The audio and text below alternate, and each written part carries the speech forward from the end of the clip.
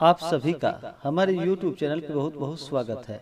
आइए सुनते हैं बुध प्रदोष व्रत की कथा।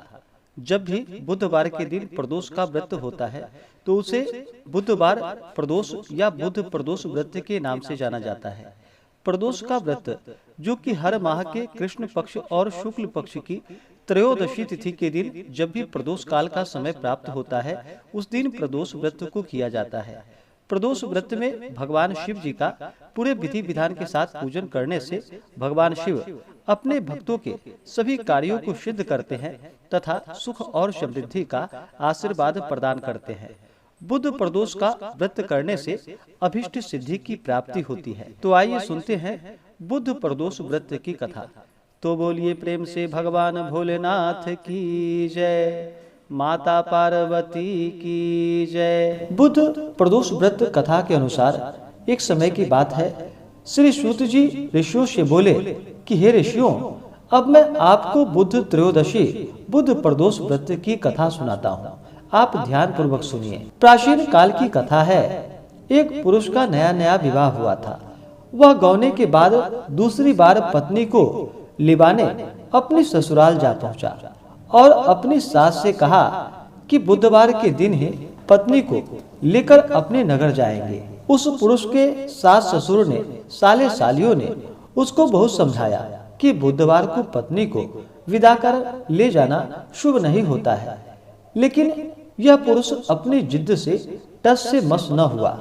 विवश होकर उसके सास ससुर ने अपने जमाता और पुत्री को भारी मन से विदा कर दिया। पति पत्नी बैलगाड़ी में चले जा रहे थे। नगर के बाहर निकलते ही पत्नी को जोरों से प्यास लगी। पति लोटा लेकर पत्नी के लिए पानी लेने के लिए चला गया। पानी लेकर जब लौटा तो उसके क्रोध और आश्चर्य की सीमा न रही, क्योंकि उसकी पत्नी किसी अन्य पुरुष के लाए लोटे में पानी पीकर हंस हंस कर उससे बातें कर रही थी। और फिर क्रोध में आग बबूला होकर वह उस आदमी से झगड़ा करने लगा।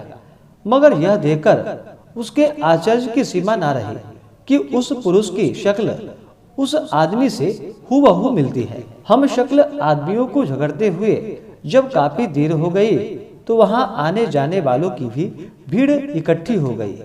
सिपाही भी वहां पर आ पहुंचे।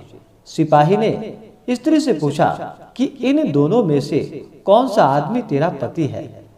तो वह बेचारी असमंजस में पड़ गई, क्योंकि दोनों ही शक्ल एक दूसरे से बिल्कुल मिलती जुलती थी। बीच राह में अपनी पत्नी को इस तरह देखकर उस पुरुष की आंखें भर आई। वह भगवान शंकर जी से प्रार्थना करने लगा कि हे भगवान भोलेनाथ, आप मेरी और मेरे पत्नी की रक्षा करो।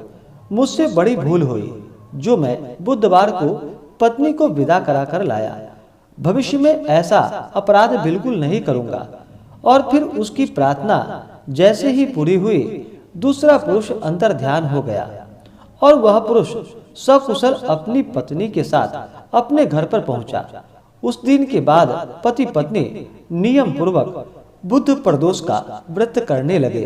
तो बोलिए प्रेम से भगवान भोलेनाथ की जय, माता पार्वती की जय।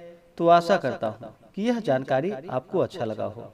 ऐसे ही जानकारियाँ प्राप्ति के लिए चैनल पे अगर आप नए हैं तो चैनल को लाल बटन दबा करके सब्सक्राइब करें, साथ में बेल आइकन घंटी को दबाएं ताकि मेरे वीडियो का नोटिफिकेशन आपको समय से मिलता रहे।